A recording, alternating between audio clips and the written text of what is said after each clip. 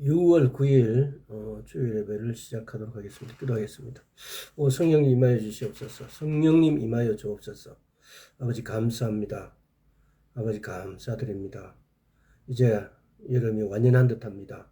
아버지 하나님, 이 여름에 식물이 왕성하듯 우리의 말씀에 대해서, 우리의 성령님께 대해서, 우리 주 예수께 대해서 우리의 생각과 우리 마음이 왕성해질 수 있도록 풍족케 하여 주시옵소서. 또한 주님을 더 찬양하고 주님께 더 가까이 갈 수 있는 시간 되게 통치하여 주옵소서. 감사드리고 우리 주 예수 그리스도 이름으로 기도드리옵나이다. 아멘. 6월 9일입니다. 6월 9일. 우리는 그동안에 주님이 재림하신다는 것에 대해서 여러 각도로 이렇게 살펴봤습니다. 그래서 열처녀 비유라든가 또는 10달란트 비유를 통해서 또 어떻게 하면은 금방 오신다 그랬다, 또 아니면은 또 더 드디어 오신다 그랬다, 이런 부분에 대해서도 또 말씀을 나눈 적이 있습니다. 그래서 우리는 과연 주님의 재림을 우리가 재림에 대한 우리의 준비가 되어 있는가에 대한 문제입니다. 또 우리가 주님을 정말 기다리고 있는가? 성경을 전체적으로 이렇게 보면은 성경은 그것을 이야기하고 있어요. 성경은 제가 몇 번 말씀드렸지만은 첫째 산, 둘째 산, 셋째 산, 넷째 산, 초림과 재림과 천연왕국과 새하늘과 새 땅. 성경은 이것을 이야기하고 있어요. 또 그러면서 이것을 어디다가 비유해 두셨냐면요, 이것을 절기에다 하나님은 이것을 비교해 두었어요. 근데 오늘날 우리 교회에서는 절기를 놓치고 있어요. 그래서 절기를 놓치기 때문에 주님 오심에 대해서, 재림에 대해서 우리의 믿음이 거기에 가 있지가 않아요. 우리의 믿음이 가장 큰 타켓, 쉽게 말하면은 우리 믿음의 가장 큰 타켓이 주의 오심인데, 그 표적을 잃어버리니까 기복신앙에 사로잡혀 버리게 됩니다. 그 표적을, 중요 타켓인 주의 재림을 잊어버리게 되니까 그 타켓의 자리에 기복신앙이 들어오게 된 겁니다. 이 사탄의 노림수죠. 그래서 우리는 이런 부분을 지금이라도 늦지 않으니까 지금이라도 이 부분을 깨닫고 성경에 왜 하나님께서 절기를 주셨는지, 절기 안식일에 대해서 왜 하나님께서 기념하라고 하셨는지, 성경에 하나님께서 기념하라는 말씀이 그렇게 많지가 않아요. 안식일을 기념하는 것 이외에 그렇게 기념하라는 말씀들이 별로 없어요. 그래서 그런 부분들에 대해서 우리는 성경을, 하나님의 말씀을, 또 하나님을 믿는다는 그 조건에 기념한다라는 그런 뜻이 이렇게 포함되어 있음에도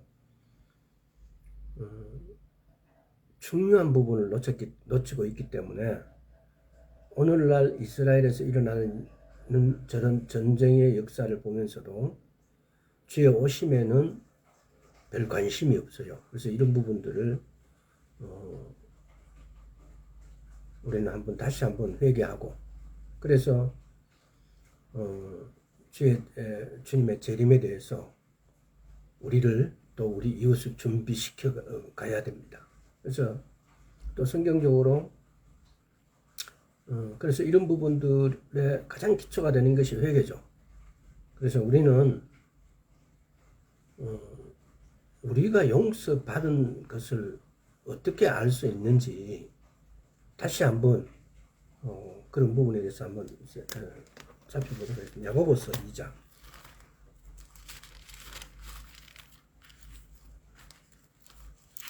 주의 재림을 기다리는데 오늘날이라도 주님이 오시게 되어지면은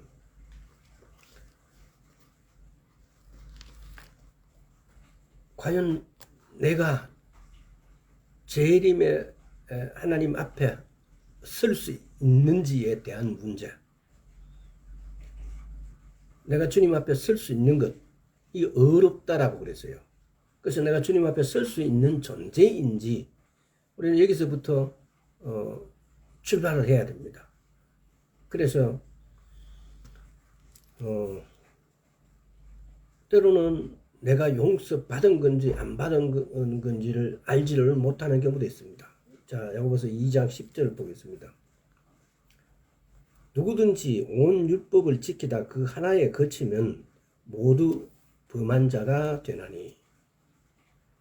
내가 99가지의 율법을 지키다가 한 가지 변하면은 거치는 것이 된대요. 무서운 말씀이죠. 로마서 3장 10절을 보겠습니다. 로마서 3장 10절. 기록한 바 의인은 없나니 하나도 없으며. 기록한 바 의인은 없대요. 하나도 없대요. 로마서 3장 23절 한번 보겠습니다. 그 뒤에 모든 사람이 죄를 범하였음에 하나님의 영광에 이르지 못하더니 죄를 범했으므로 하나님의 영광에 이르지 못한다라고요.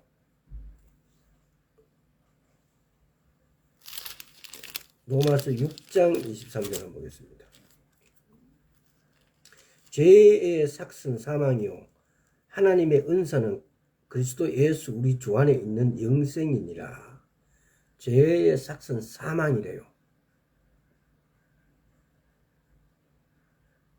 에스겔서 보겠습니다. 저 앞에 에스겔서 18장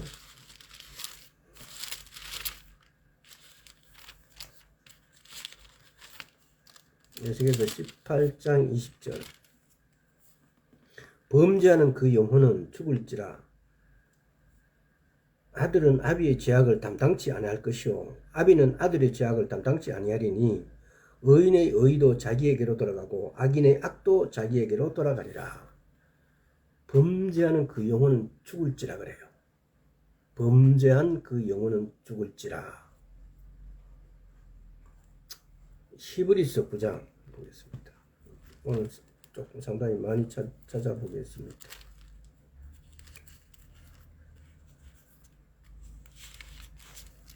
히브리서 9장 22절. 율법을 쫓아 그의 모든 물건이 피로써 정결케 되나니 피의 흘림이 없은즉 사함이 없느니라. 죄의 삭은 사망이라 그러고 모든 사람이 죄를 범하였음에 하나님의 영광이 이르지 못한다라고 로마서 3장 23절에 말씀하시고 로마서 3장 10절에는 의인이 없는데 하나도 없대요. 야고보서 2장 10절에는 누구든지 온 율법을 지키다가 하나라도 거치게 되면은 모두 죄를 범한 자가 된대요.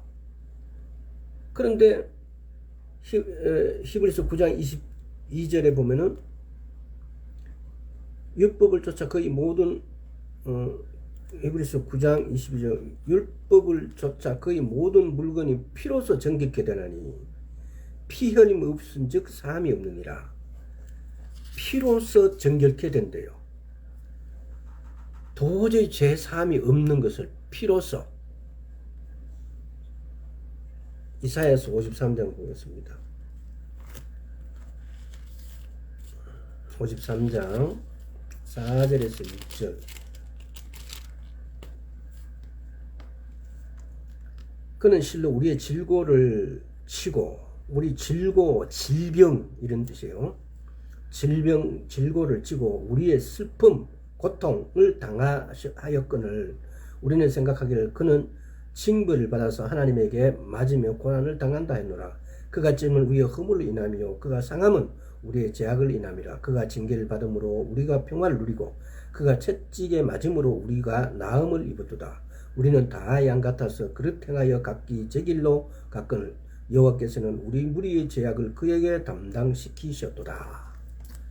이 예수 그리스도의 피 흘림, 고린도후서 5장 한번 보겠습니다. 고린도후서 5장 21절.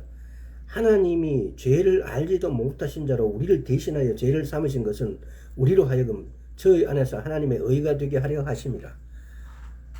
예수 그리스도께서 피를 흘리심으로 말미암아서 우리가 예수 그리스도 안에, 이 중요합니다. 저희 안에서 하나님의 의가 되게 하려 하심이라. 일전에 한번 오래전인가 이 말씀을 드렸는지 모르겠습니다. 안에서 요한 1서를 보시면 안에서가 도대체 뭔지가 나옵니다. 안에서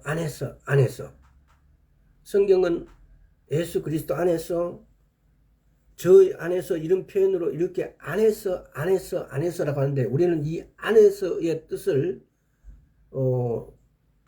그냥 대충으로 넘겨버리는 수가 있어요. 근데 복음의 비밀은 하나님께서 비밀이란 것도 말씀드렸지 않습니까? 비밀은 너와 나의 비밀이다 그러면은 너도 모르고 나도 모르는 게 비밀이 아니에요. 너와 나는 알고 나머지 모든 사람은 모르는 것이 비밀이에요. 그러니까 우리는 비밀이라고 그래버리면 다들 모른다고만 생각하는데 그게 아니죠. 착각하는 거죠, 그걸.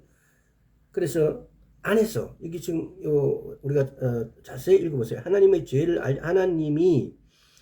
알지도 못하신 자로 우리를 대신하여 죄를 삼으신 것은 우리로 하여금 저의 안에서, 예수 그리스도 안에서 하나님의 의가 되게 하려 하십니다. 의를 갖다가 우리 국어사전에서 나온 의라는 개념을 떠나서 성경에서 말하는 의는 나와 하나님하고의 올바른 관계를 말해요. 그래서 이걸 다른 말로 딱 한마디로 표현하면은 내가 하나님 앞에 설 수 있는 것을 우리는 의롭다라고 이야기해요. 내가 하나님 앞에 설 수 있는 그걸 가치라 그래야 되나요? 설 수 있는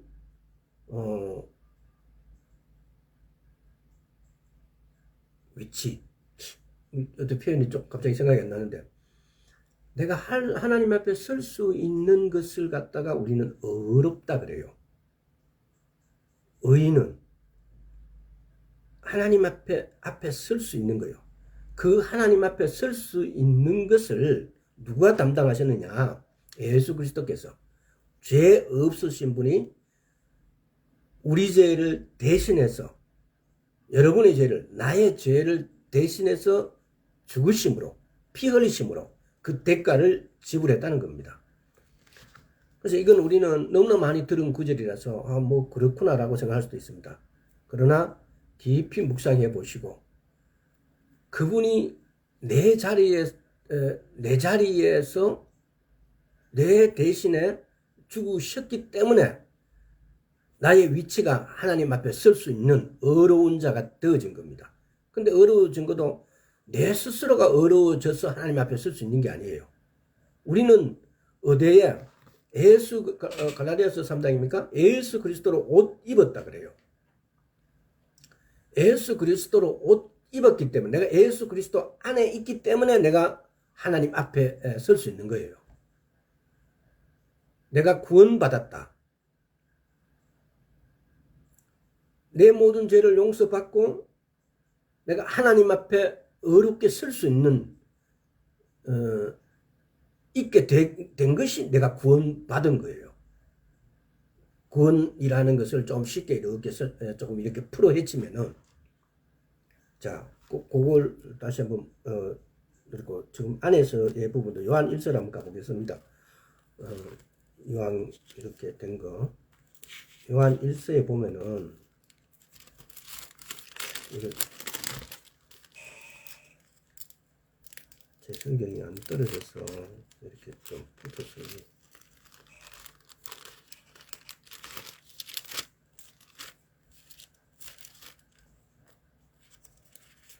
이거 여기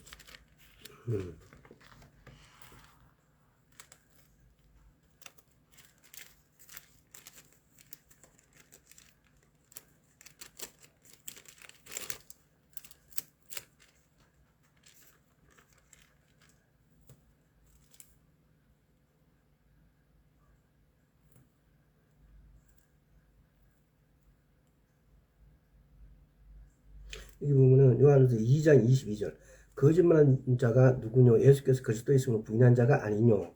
아버지와 아들 부인한 자가 그가 제 그리스도라 그래요. 또 그러고 난 다음에 전체 요한 1서 전체를 읽어보세요. 그래서 자녀들아 이제 그 안에 거하라. 28절에 이는 주께서 나타내신 바 되면 그의 강림하실 때에 우리로 담대함을 얻어 그 앞에 부끄럽지 않게 하려 하십니다. 내가 예수 그리스도 안에 있다.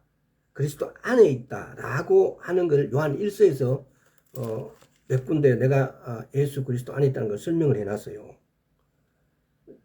그 전체를 쭉 한번 이렇게 읽어보십시오. 그래서 내가 예수 그리스도 안에 있다라는 것이 뭔지를 요한 1서는 한 서너 가지로 이렇게 설명을 해놨어요. 그래서 내가 예수 그리스도, 내가 예수님이라고 나의 주님이라고 부를 수 있다는 거, 또 하여튼 여러 가지로 이렇게 한 서너 가지로 이렇게 설명을 해놨어요.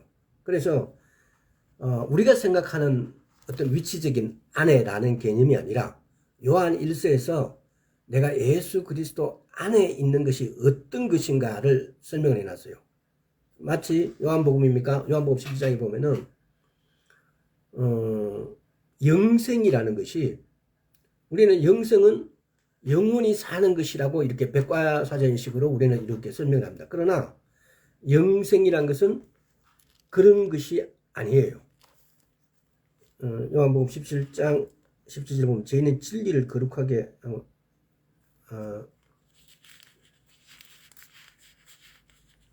영생이란 것은 영원히 사는 것을 영생이라고 하지 않아요. 그래서 17장 3절 보세요. 영생은 곧 유일하신 참 하나님과 그의 보내신 자 예수 그리스도를 아는 것이니라. 우리가 생각하고 우리가 알고 있는 영생과 성경이 말하는 영생은 이렇게 차원이 틀려요. 예수 그리스도와 하나님 아버지를 아는 것이에요. 여기서 알다는 히브리어로 보면 야다. 야다는 체험하면서 알아지는 것을 말해요. 그냥 우리가 그래 나도 안다 라고 이 알미 아니고 내가 체험하면서 안 거, 경험적으로 아는 거, 쉽게 말하면은. 그래서 영생은 곧 유일하신 참 하나님과 그의 보내신 자 예수 그리스도를 아는 것, 그 예수 그리스도를 아는 것이에요. 참 하나님과 예수 그리스도를 아는 것이 내가 영생을 얻었다. 그래서 오늘 말씀과 연관시켜 보십시오. 그래서 내가 영생을 가졌다. 우리가 용서받은 것을 알지 못하면요, 주님께 경배를 드릴 수가 없어요. 할렐루야를 외칠 수가 없어요. 그 외친다고 하더라도 그것은 거짓이에요. 내가 용서받았는 것을 까먹게 되면 우리는 두렵게 돼요. 불안하게 돼요. 내가 용서받았다는 것을 알게 되어지면은 우리는 우리 마음 내면에서 올라오는 참 하나님의 은혜에 대해서, 하나님께서 나에게 베풀어 주신 은혜에 대해서 우리는 참으로 나도 모르게 내 안에서 자연스럽게 감탄사가 나오게 돼요. 감사하다는 이 할랄의 찬양이 나오게 된다는 겁니다. 할랄의 찬양이란 것이, 할랄, 감사하다라는 이 할랄이라는 것은, 원래의 이 할랄의 개념이라는 것은 자기도 모르게 우리가 보면 그렇잖아요. 몸매가 예쁘고 뭐 이렇게 멋있는 사람이 춤을 추면 그 작품이 꼭 예술처럼 이렇게 보여요. 근데 몸짓이 움직이면 뭔가 이상한 사람들이 있어요. 막 그 상대가 보면 웃지 않을 수가 없는 그런 사람들이 자기도 모르게 이 바디랭귀지를 막 감탄해서, 근데 쉽게 말하면 이게 이제 그 야구장에 가서 저는 롯데 팬이니까 롯데가 9회 말 투아웃까지 2대1로 치고 있는 거예요. 투아웃인데 주자가 이제 1루에 한 명 가 있어요. 근데 이 8번, 9번 타자가 이게 걸린 거예요. 근데 이 8번, 9번 타자가 홈런이 거의 못 치는 거예요. 1년에 하나 칠까 말까 한 선수예요. 근데 그 선수가 관중들은 그때쯤 되면 막 반 이상이 나가버려요. 이제 오늘 게임은 졌다고. 근데 이 선수가 그냥 막 눈 감고 휘둘렀는데 이게 홈런이 돼버렸어요. 그때 관중들이 와 하고 그 앉아있는 관중들이 자기도 모르게 막 바디랭귀지가 나와요. 막 기쁘면서 용솟은 쳤어. 그럴 때 이 할랄이란 것은 이런 걸 말해요. 자기도 모르게 막 이 몸이 막 그냥 춤이 돼서 나오는 거예요. 그러면은 다른 사람들이 봤을 때는 저 사람 약간 미친 것 같아요. 그 바디랭귀지가 마치 말할 수 없지만은 그 동작이 그냥 막 이상한 거예요. 근데 그 사람은 그 기쁨을 자기도 모르게 솟아나오는 이 할랄, 이런 찬양, 할랄 찬양.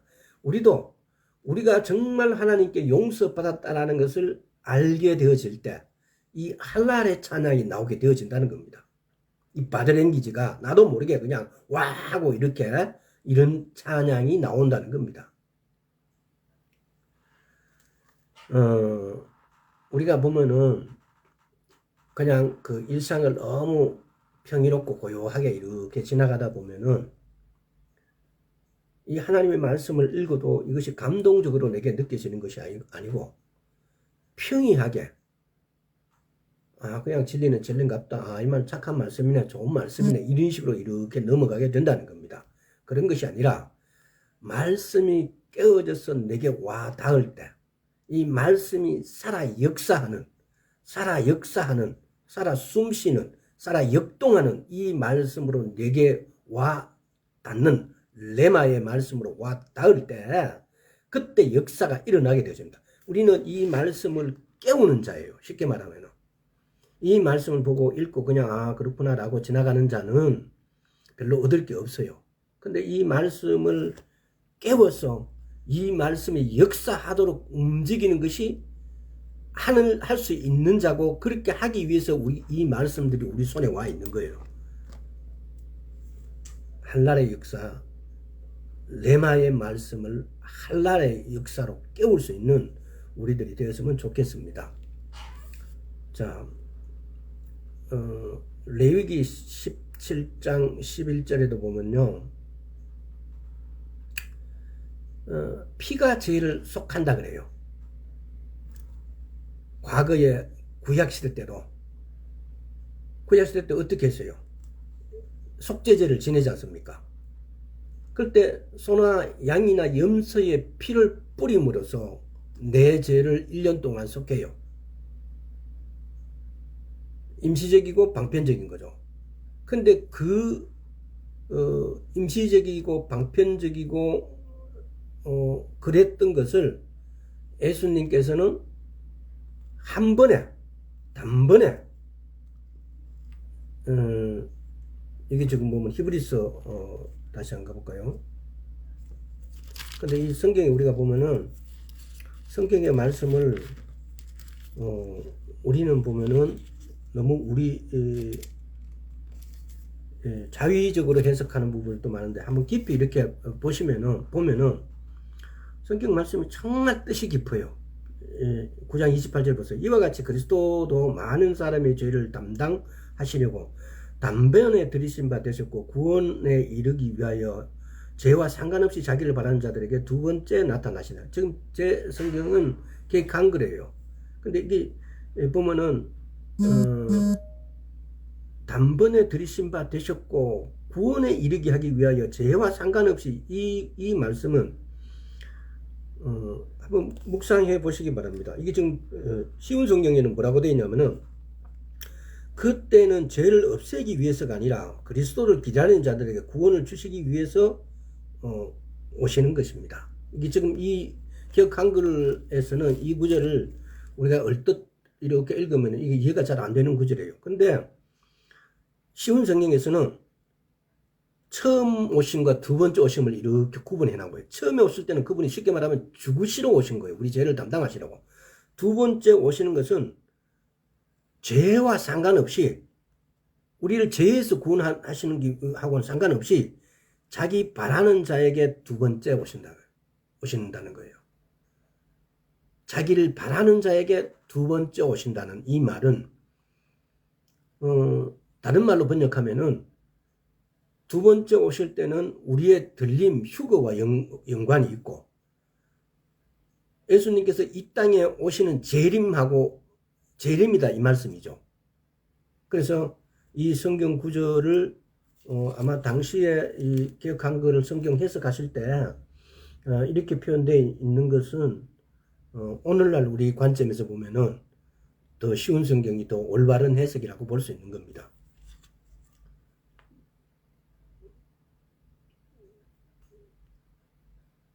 또 이사야서 아까 전에 53장을 다시 한번 돌아가 볼게요. 그 10절도 한번 읽어보겠습니다.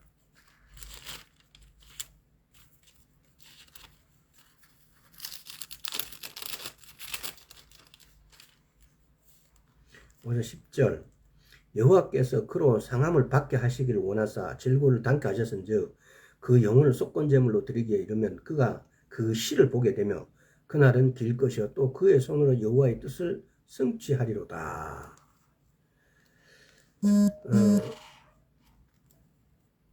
하나님도 아들의 희생을 굉장히 기뻐하셨다는 겁니다. 왜? 그 아들이 뭐 소중하지 않아서가 아니에요.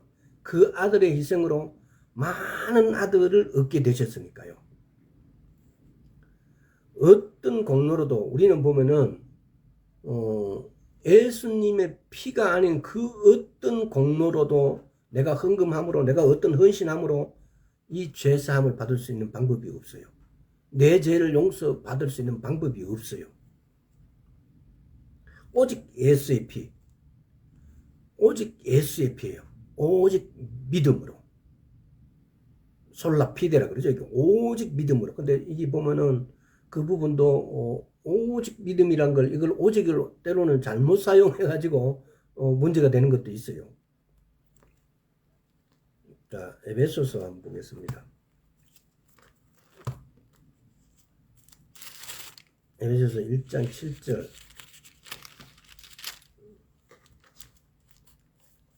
우리가 그리스도 안에서 그의 은혜의 풍성함에 따라 그의 피로 말미암아 구속 곧 죄사함을 받았으니 우리가 그리스도 안에서 그의 은혜의 풍성함을 따라 그의 피로 말미암아.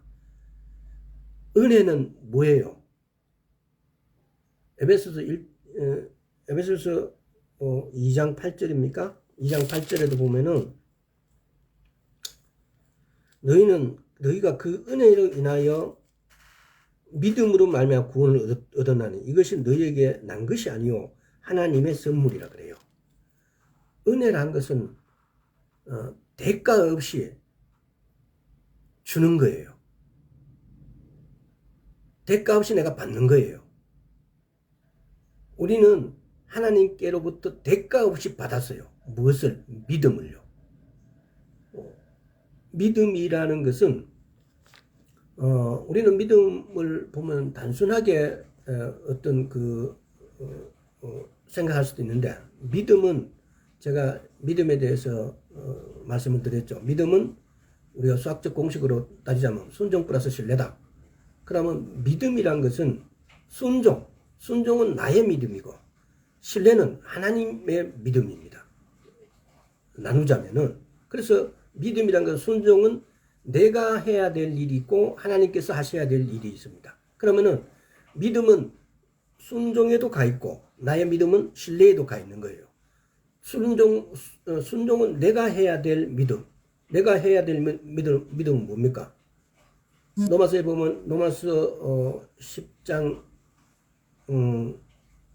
10절 또 17절 이것을 보면은 마음으로 믿어 입으로 시인한 것을 마음으로 나의 믿음은 내가 마음으로 믿는 바를 입으로 시인하고 그것을 행동으로 옮기는 것이에요.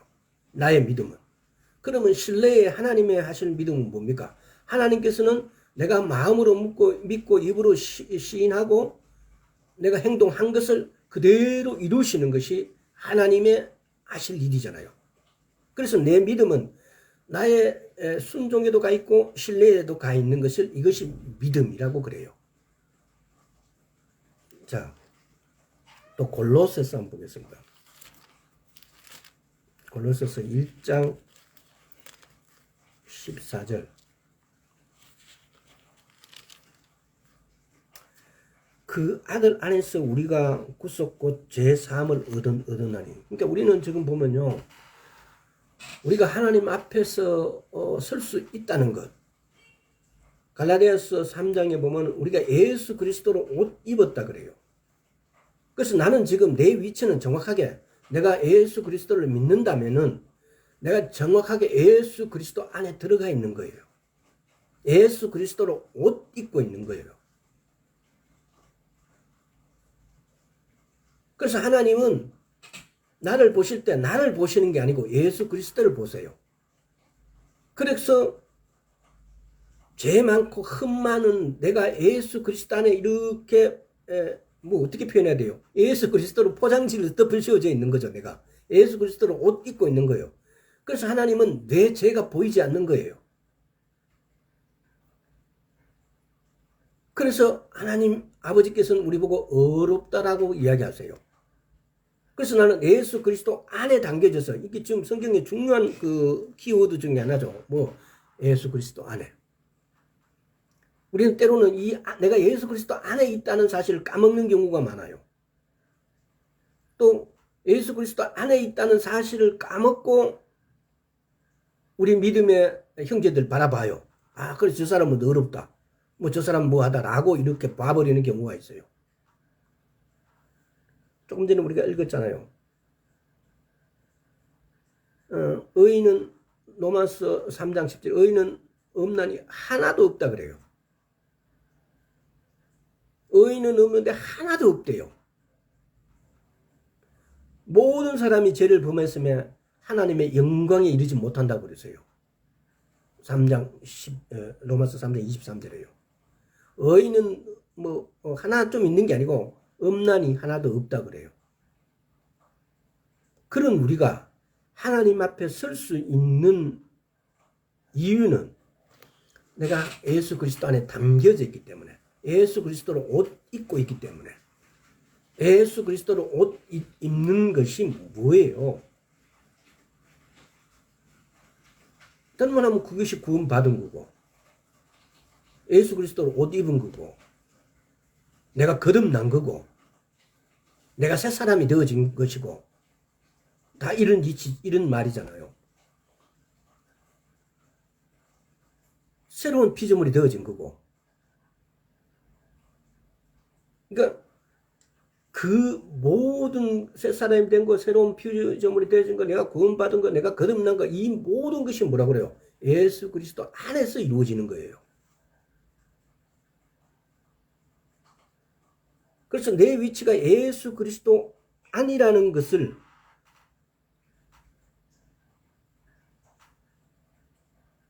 또 이거하고 또 연결시켜 보세요. 내가 왜 예수 그리스도 이름으로 기도할까요?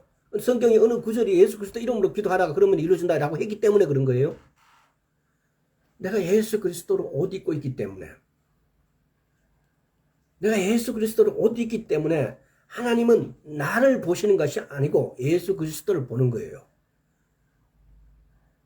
그래서 내가 하는 모든 것들을 예수 그리스도 이름으로 할 때 이루어질 수 있는 능력이 더 쉬워지는 거예요. 내 이름으로 무엇을 구해갖고 이루어진다면은 내가 십자가에 못 박혔다고 하더라도 되질 않아요. 왜 하나님, 이것도 한번 생각해 보세요. 왜 예수 그리스도는 자기 몸을 희생했고 십자가에 못 박혔는데 그런 큰 권능을 주셨을까? 근데 우리 중에 보면은 우리 역사적으로 많은 선조들 중에 일제시대 때 외놈들한테 뭐 폭탄을 투척하고 그리고 사형을 받은 피 흘린 사람도 있고 다 있잖아요. 근데 그런 사람의 가치는 왜 그러면 안 되느냐? 그래서 우리가 예수 그리스도는 어떤 사람입니까? 죄 없으신 분이, 하나님의 아들이었던 분, 하나님 자신이었던 분이 죄 없이, 우리 중에 어떤 윤봉길 은사나 어떤 의사도 죄 없는 분은 하나도 없다라고 앞에서 말씀드렸잖아요. 그 가치와 원래 하나님 자신이었던 분이, 죄 없으신 분이 우리를 위해서 피 흘리신 것하고는 그 가치가 틀린 거죠. 그래서 이런 부분에서 우리가 원점으로 한 번 더 깊이 생각해 보시고, 그래서 아직도 내가 용서받았는지 안 받았는지 이렇게 헷갈리신 분들은 우리의 어떤 뭐 행적이나 우리의 어떤 예를 들어서 봉사나 또 내가 10의 1조를 했기 때문에 내가 용서받은 것이 아니고 오로지 예수 그리스도의 공로로, 예수 그리스도의 십자가의 공로로 내가 용서를 받은 거예요. 그러면은 그럼 우리는 그러면 어떻게 용서받을 수 있는 것인가에 대해서 나는 예수 그리스도의 공로를 내가 인정만 하면 되는 거예요. 그것을 내가 믿기만 하면, 아, 예수 그리스도로 내가 죄사함을 받았다라는 사실을 내가 믿음으로 내가 내 죄가 없어지고 용서받는 거라 이 말입니다.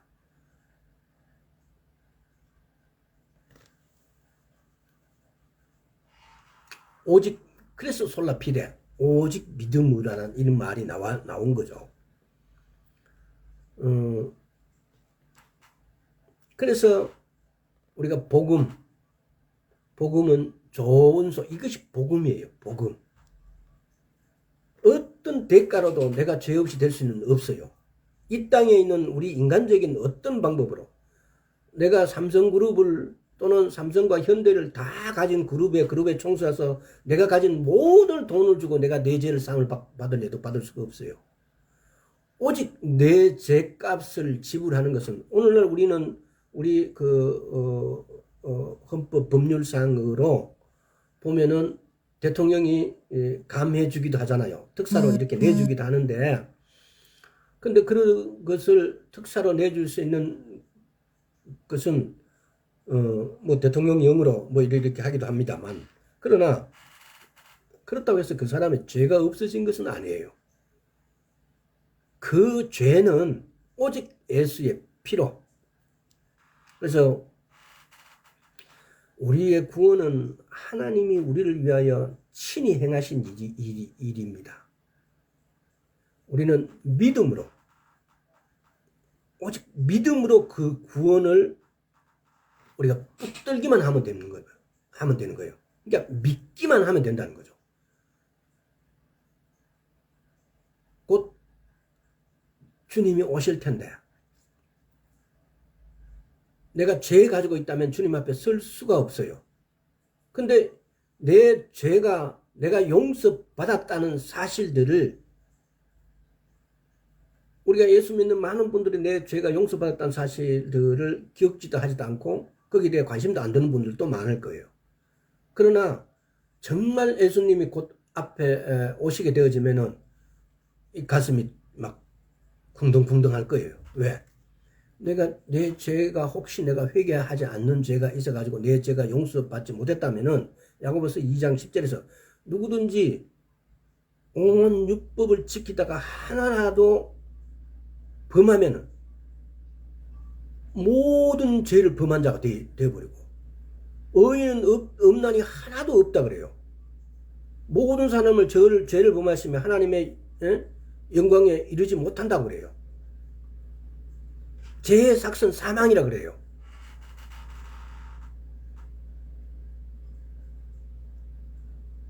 이 죄에서 우리는 이 그물에서 벗어날 수 있는 방법이 없어요.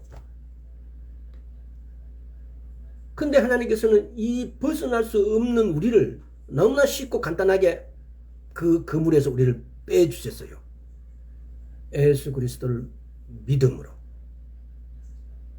믿음으로. 너무 간단한 거예요. 너무 간단하다 보니까 우리는 오히려 믿지를 않아요. 너무 간단하다 보니까 그 믿음에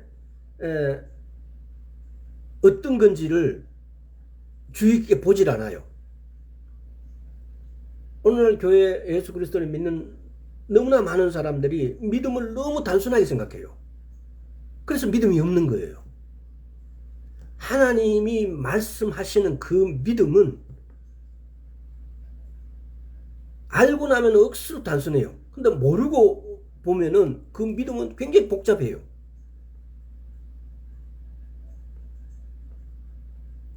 그래서 그 믿음을 가질 수 있도록 하나님께서 말씀하는 믿음이 뭔지를 제가 그저께 이게 페이스북을 보니까 그 전에 제가 말씀을 전했던 것들이 다 이렇게 지워지고 없어버렸어요. 그래서 내가 이걸 어떻게 하면 되는지 한번 알아보도록 하겠습니다. 그래서 거기서 믿음에 대해서 거의 한 10시간 이상을 다룬 게 있어요. 오늘도 잠시 말씀드렸지만은 믿음은 순종 플러스 신뢰로 나눕시다. 우리가 수학적으로 믿음 이꼬르 순종 플러스 신뢰다. 그러면 순종에도 믿음이 가고 신뢰에도 믿음이 가 있어야 돼요. 나의 믿음은. 순종은 나의 믿음이고 신뢰는 하나님의 믿음이다. 나의 믿음을 내가 지켰다면은 당연히 하나님께서 해주실 일 하나님에 대한 믿음도 나는 당연히 갖게 되어지는 겁니다. 그랬을 때 이루어지는 거예요.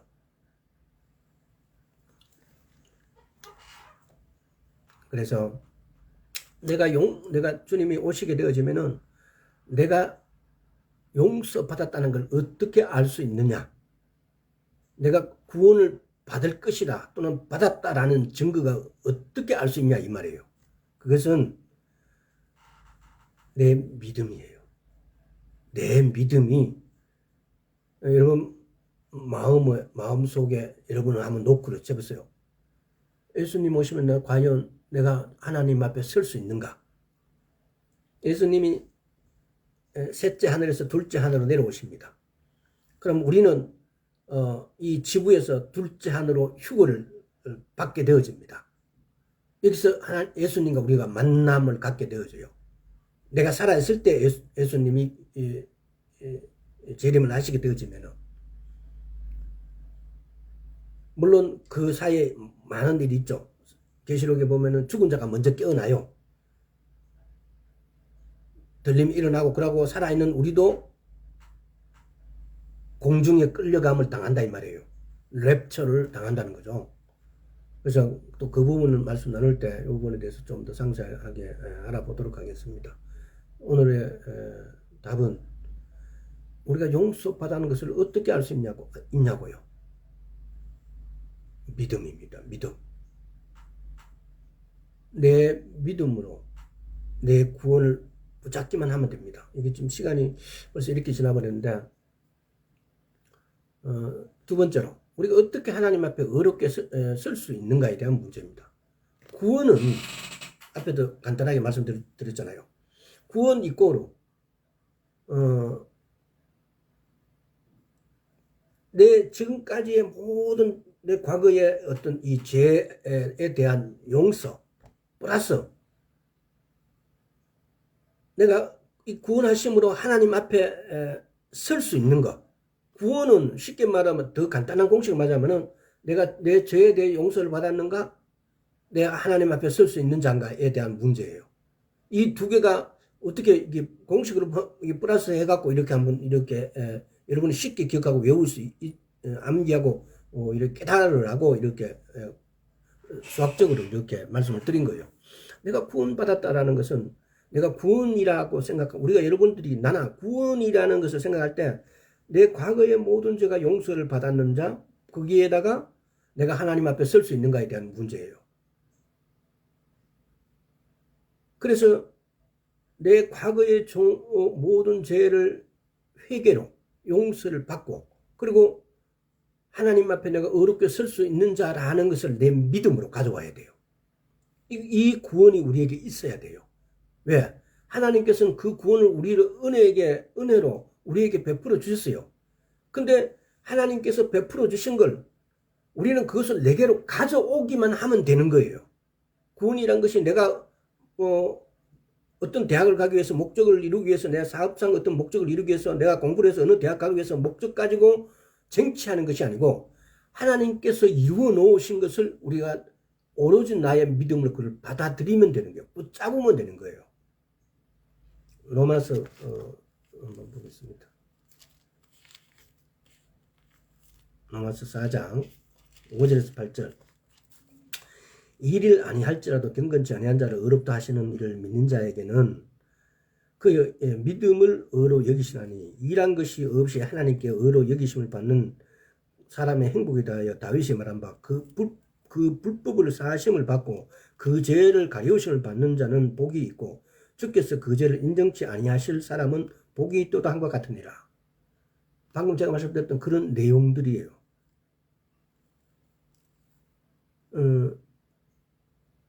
그 불법을 사심을 받고 그 죄를 가려우심을 받는 자는 복이 있고 주께서 그 죄를 인정치 아니하실 사람은 복이 있다 그래요.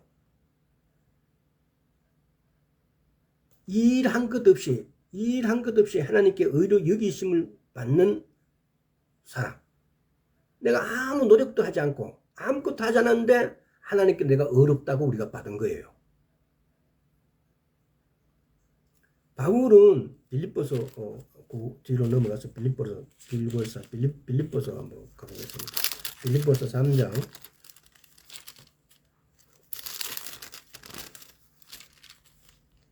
자, 빌립보서 3장 4절에서 8절까지. 그러나 나도 육체를 신뢰할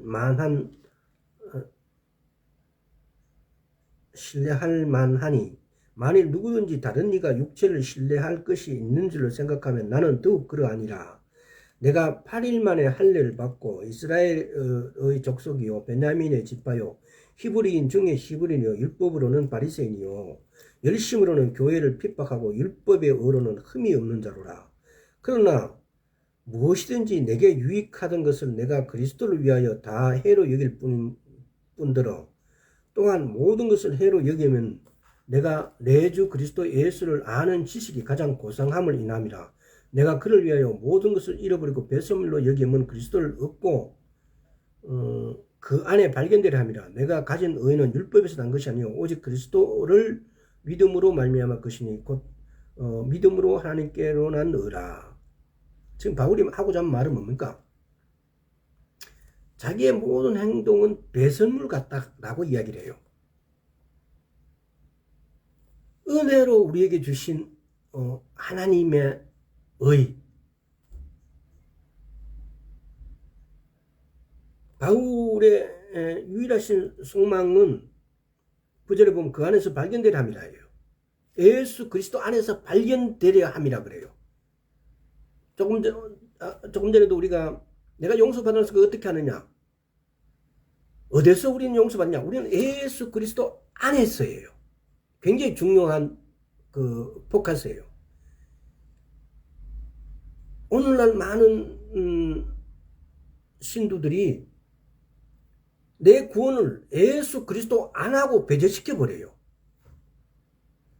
우리는 우리의 위치가 예수 그리스도 안에서예요. 예수 그리스도 안에라는 것은 예수 그리스도 말씀을 지키는 것, 말씀 그대로 행동하는 것, 예수가 나의 하나님, 요한 1서 읽어보세요. 예수 그리스도가 나의 주인 되신다는 것, 그가 피값으로 내 죄값을 지불했다는 사실, 이런 내용들이 내가 예수 그리스도 안에 있다라고 그래요. 내가 하나님의 말씀을 지키는 것이 내가 예수 그리스도 안에 있다라고 말씀하세요. 내가 예수님을 나의 주님하고 부르는 것이 내가 예수 그리스도 안에 있다라고 해요. 성경에도 그런 말이 나오잖아요. 거듭난다고 하니까 내가 그러면 의미 배속을 다시 들어가야 되냐고.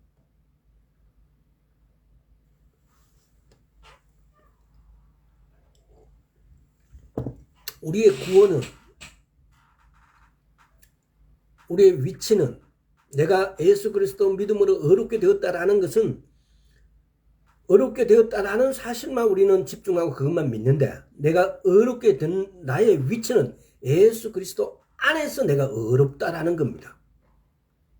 내가 어디서 구원을 받고, 내가 어디서 거듭나지고, 어디서 새 생명을 받고, 내가 어디서 새 사람이 되어지고, 예수 그리스도 안에서.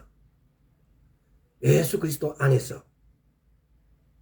요한 1서를 꼭 읽어보십시오. 다시 전체 요한 글쎄 5, 6장밖에 안 되니까 그냥 읽어보세요. 그러면 안에서라는 개념을 확실하게, 이게 지금 제가 요한복음 17장에서 영생을 받는다라고 그러니까, 우리는 성경적 그 어떤 단어들이 말씀하는 것하고 우리 일상에서 그 단어의 뜻하고 헷갈려 해요. 그러니까 우리는 뭡니까? 우리가 사는 세상은 하나님께서 사단에게 던져준 거예요. 그래서 우리는 성경 우리를 보고 섬이라 그래요. 섬.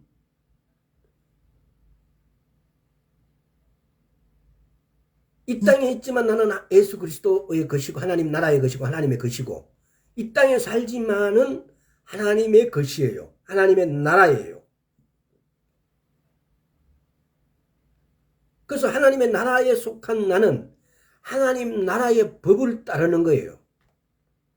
하나님 나라의 법은 뭡니까? 이 말씀이에요. 우리가 헌법이 있고 법률이 있고 뭐 규칙도 있고 뭐 조례도 있고 여러 가지 뭐 있지 않습니까? 그래서 그걸 안 지키면 우리는 벌금을 맞는다지 거기에 대한 처벌을 받게 돼 있어요. 물론 성경 가치하고 약간 차이가 있지만은, 그러나 우리가 믿음을, 내가 믿고 내가 하나님의 것이다, 내가 은혜 안으로 내가 들어가 있다, 내가 구속을 받았다, 구원을 받았다라는 것은 내가 이 말씀을 그대로 지킬 때, 내가 이 말씀을 따라 지키고 살고 있다면은 그것이 내가 구원받은 존재라는 것을 내 스스로가 증명하고 있는 거예요. 나도 모르게 나를 증명하고 있는 거죠. 이제 그 부분도 오늘 시간 내서 한번 나눠보도록 하겠습니다. 그래서 바울은 유일한 자기 소망이 그 안에서 발견되어지는 거예요. 9절에 그 안에서 발견되려 함이라 그래요. 바울이 이렇게 했는데 우리는 그럼 뭐 틀려지겠어요?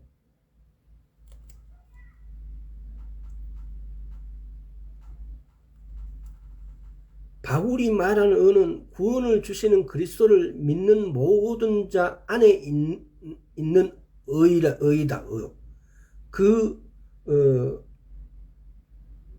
그분의 온전한 의, 모든 믿는 자에게 주어지는 의. 창세기 15장 6절에 보면은 아브라함이 여호와를 믿으니 여호와께서 의로 여겨주십니다. 아브라함이 의로운 짓을 해서, 아브라함이 의로웠기 때문에 의로운 것이 아니고,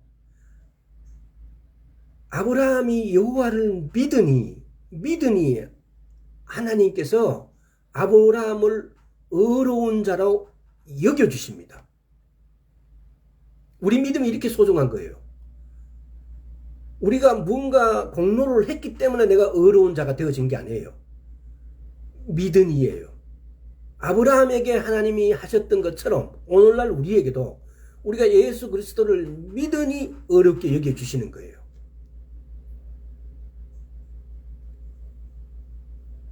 그러면 우리가 이 의는 그럼 또 다른 표현을 보면 그래요. 우리 안에 이 의가 있을 때 우리는 하나님 앞에 담대하게 나아갈 수 있다는 겁니다. 그래서 우리의 의는 누구라고요? 예수 그리스도라고요. 뭐 이렇게 날아가 버리니까 여러분들이 좀 또 뭐 그렇게 생각할 수 있는데, 이 묵상해 보십시오.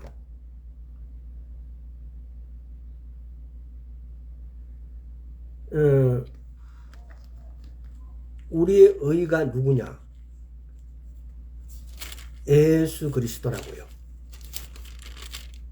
우리의 의가 예수 그리스도라고요.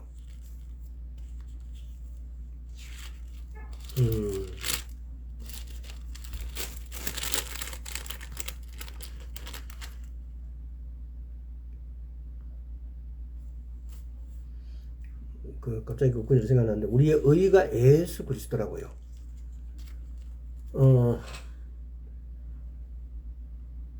이 부분하고 이렇게 연결시켜 보세요. 우리가 의롭기 때문에, 의가 우리 안에 있기 때문에, 우리 안에 이 의가 있을 때 우리는 하나님 앞에 담대하게 설 수 있습니다. 그럼 우리 안에 누가 들어와 계세요? 성령님. 성령님은 누구의 영이세요? 예수 그리스도의 영. 이분이 의롭기 때문에 이분 안에 있을 때 우리는 의롭다라고, 이분으로 옷 입고 있을 때 우리는 의롭다라고 인정을 받게 되어집니다. 아브라함이 여호와를 믿으니 의롭게, 우리는 그대로 따라가야 돼요. 아, 이분이 안에 들어가 계신가 내가 어렵구나라고만 하면은 우리는 실패해요. 아브라함이 했던 그대로, 아브라함이 여호와를 믿으니, 오늘 우리가 예수 그리스도를 믿으니 우리가 의롭게 되어지는 겁니다. 오늘 말씀이 얼떨떨하면은 뭐 이랬다 저랬다 하느냐라고 할 수 있는데, 이 말씀을 따라서 여러분들 묵상을 이렇게 해보십시오. 너무나 단순하고 너무나 간단해요. 그래서 내가 의롭다는 것은 예수 그리스도를 믿으니 내가 의롭다고 여겨지는 것입니다. 내가 지금 하는 행동을 보면 아직도 개차반이고 내가 하는 행동을 보면 아직도 나도 나 스스로를 내가 착하다 이렇게 인정하지 못하는데, 내가 의롭게 된 것은 어떻게 돼서 내가 의롭다고요? 예수 그리스도를 믿으니. 아브라함이 여호와를 믿으니 의롭게 여김을 받았듯이 우리 또한 마찬가지로 내가 예수 그리스도를 믿으니 내가 의롭다라고 여겨지는 것입니다. 시간이 이렇게 다 돼버려서 더 중요한 말씀을 나누고 싶은데도 이렇게 못 나누겠네요. 그래서 지금 우리가 보면은, 제가 근래에 읽은 책 중에 하나도 카이로스라는 책을 이렇게 보면은 이런 구절이 나와 있어요. 영의 성장을 갖다가, 영의 성장하는 것이 아니라 혼과 육이 성장하게 변화되는 것이다. 그래서 영적 훈련은 영을 훈련하는 것이 아니라 혼과 육을 훈련하는 것이다. 어떻게? 성령께 복종하도록. 성화는 혼과 육, 몸의 변화를 의미한다. 신앙의 성장은 혼과 육의 성령께 복종된 것을 의미한다. 이렇게 써놨어요. 근데 이게 정말 제가 봤을 때는 오해의 소지가 상당히 있고, 이 말이 꼭 맞는 것은 아니었어요. 이 책을 읽으면서 제가 이 말이 그럼 100% 틀리냐? 그건 아니에요. 우리 혼과 육이 예를 들어서 훈련돼 갖고, 이것이 쉽게 말하면은 잘 훈련돼 가지고 성령님께 복종하는 사람은 이게 영이 성장된 사람이다. 결론적으로 보면 맞는 말이에요. 그러나 만약에 영의 성장이, 케네시 해긴 목사님이 쓴 책에 보면은 영을 훈련하는 방법이 있었어요. 첫째 뭐냐? 말씀을 묵상하라. 두 번째, 말씀을 실천하라. 세 번째, 말씀을 내 삶의 첫 자리에 두라. 네 번째, 하나님의 음성에 즉시 순종하라. 영을 훈련시켜요. 영은, 원래 나라는 존재는 내 혼이 나가 아니고 나의 영이 나의 존재라 그랬어요. 나의 영이 진짜 나예요. 물론 내 혼도 내 육도 나죠. 그런데 하나님 앞에 선 나는 내 영이에요. 혼과 육은 내 영에 순종하고 복종해야 돼요. 우리의 삶은 보면 우리 영혼이 우리 육에 복종하고 사는 삶이에요. 이 세상 사람이에요. 그 사람이에요.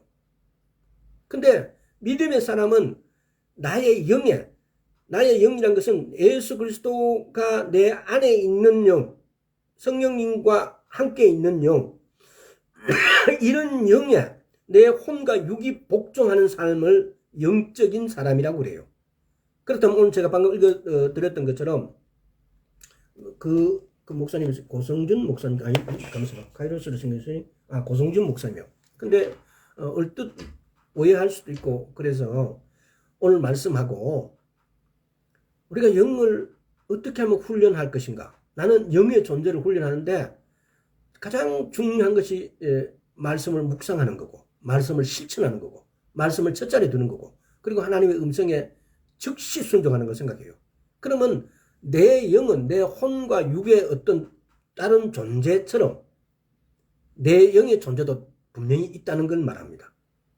그런데 내 영이 어떻게, 내 영은 우리가 볼 수 없기 때문에 영이 성장했는가를 알 수 있는 것은 내 혼, 육, 내 몸이 하나님의 말씀에 그렇게 복종하고 순종하고 살고 있느냐를 보면서 내 영이 성장했는가를 알 수 있다는 겁니다. 그렇다고 해서 내 혼과 몸이 내 영이라고는 말하는 것은 논리적으로 아니라는 겁니다. 그래서 감각에 가장 먼저 반응한 것이 감정이고, 뒤에서 이성이 이 감정을 해석하고 그것의 의미를 부여하게 됩니다. 그리고 마지막으로 의지가 그에 부합하는 결정을 내리게 됩니다. 그래서 우리 행동하게 되어집니다. 이런 구조로 가는 것은 우리의 보통 매사에 어떤 결정하는 그 과정이겠죠. 그래서 오늘 말씀에 우리의 영과 우리의 몸, 혼의 부분에 있어 가지고 어떻게 하는 것이 우리의 영을 훈련을 시켜서 내가 용서받은 것을 내가 알고 내가 어떻게 하면 하나님 앞에 설 수 있는가라는 것을 아는 것. 왜? 예수님께서 곧 이 땅에 오시게 되면은 우리는 하나님 앞에, 예수 그리스도 앞에 설 수 있는 존재. 내가 예수를 몇 년을 믿었고 내가 얼마나 열심히 믿는데, 근데 예수님 오셨는데 내가 하나님 앞에 설 수 없다면은 내 믿음은 가짜입니다. 교회에서 저 사람이 장로고 저 사람은 목사니까 저 사람은 당연히 하나님 앞에 예수님 앞에 설 수 있겠지. 근데 예수님 오실 때 그분들이 거기에 설지 못한다면은 가짜입니다. 그러나 아무 감투도 없고 맨날 교회에 앉아갖고 눈물 흘리고 기도하는 사람이 하나님 앞에 서 있습니다. 그냥 보기에는 찌질이고 아무것도 아니고 돈도 재산도 없고 뭐도 없고 그래서 그 사람은 하나님 앞에 울 수밖에 없었던 사람이 나중에 예수님이 둘째 아내로 오시게 되어지면 그분이 하나님 앞에 설 수 있습니다.